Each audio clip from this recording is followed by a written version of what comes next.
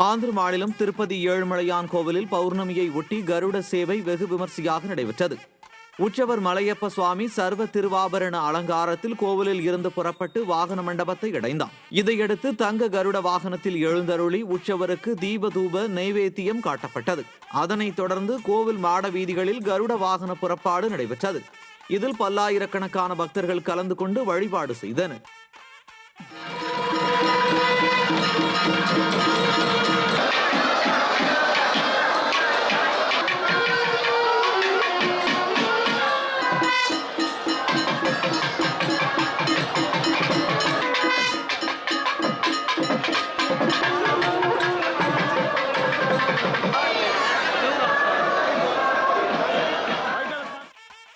தென்காசி மாவட்டம் வாசுதேவநல்லூரில் உள்ள பிரசித்தி பெற்ற சிந்தாமணிநாத சுவாமி கோவிலில் ஆணி மாத திருவிழாவை ஒட்டி தெப்ப திருவிழா வெகு விமர்சையாக நடைபெற்றது. தெப்ப குளத்தை சிந்தாமணிநாத சுவாமி 11 முறை சுற்றி வந்து பக்தர்களுக்கு அருள் பாலித்தார். அப்போது ஓம் நமச்சிவாய என்ற முழக்கத்துடன் கொட்டும் மழையில் தெப்ப திருவிழா நடைபெற்றது. இதில் ஏராளமான பொதுமக்கள் கலந்து கொண்டு சுவாமி தரிசனம் செய்தனர்.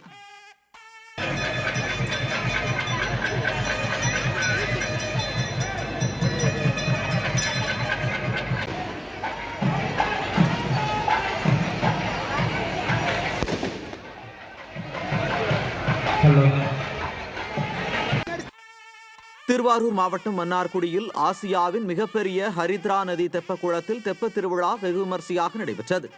மன்னார்குடி ராஜகோபாலசாமி கோவிலின் தெப்ப திருவிழா கொடியேற்றத்துடன் தொடங்கி கடந்த சில நாட்களாக பல்வேறு வாகனங்களில் சுவாமி வீதி உலா நடைபெற்று வந்தது. விழாவின் முக்கிய நிகழ்ச்சியான தெப்ப திருவிழா சிறப்பு பூஜைகளுடன் வெகு விமர்சையாக நடைபெற்றது.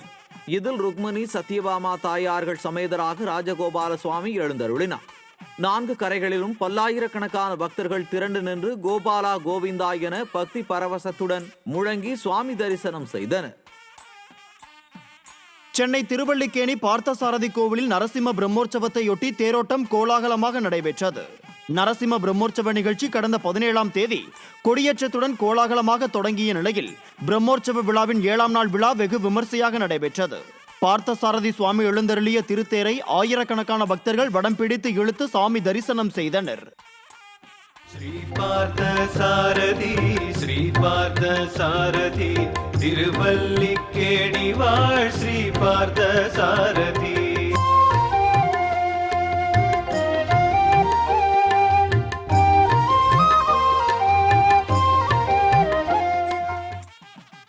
நாமக்கல் மாவட்டம் மல்லசமுத்திரம் சோழீஸ்வரர் கோயில் மற்றும் அழகராய பெருமாள் கோயிலில் ஆணிமூல தேர் திருவிழா வெகு விமர்சையாக நடைபெற்றது. சோழீஸ்வரர் மற்றும் அழகராய பெருமாள் கோயில்களில் கடந்த 15ஆம் தேதி தேர் திருவிழா கொடியேற்றத்துடன் கோலாகலமாக தொடங்கியது.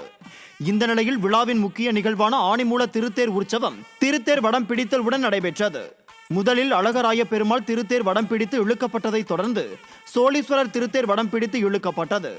இதில் ஏராளமான பக்தர்கள் பங்கேற்று தேரை வடம் பிடித்து இழுத்து சாமி தரிசனம் செய்தனர்.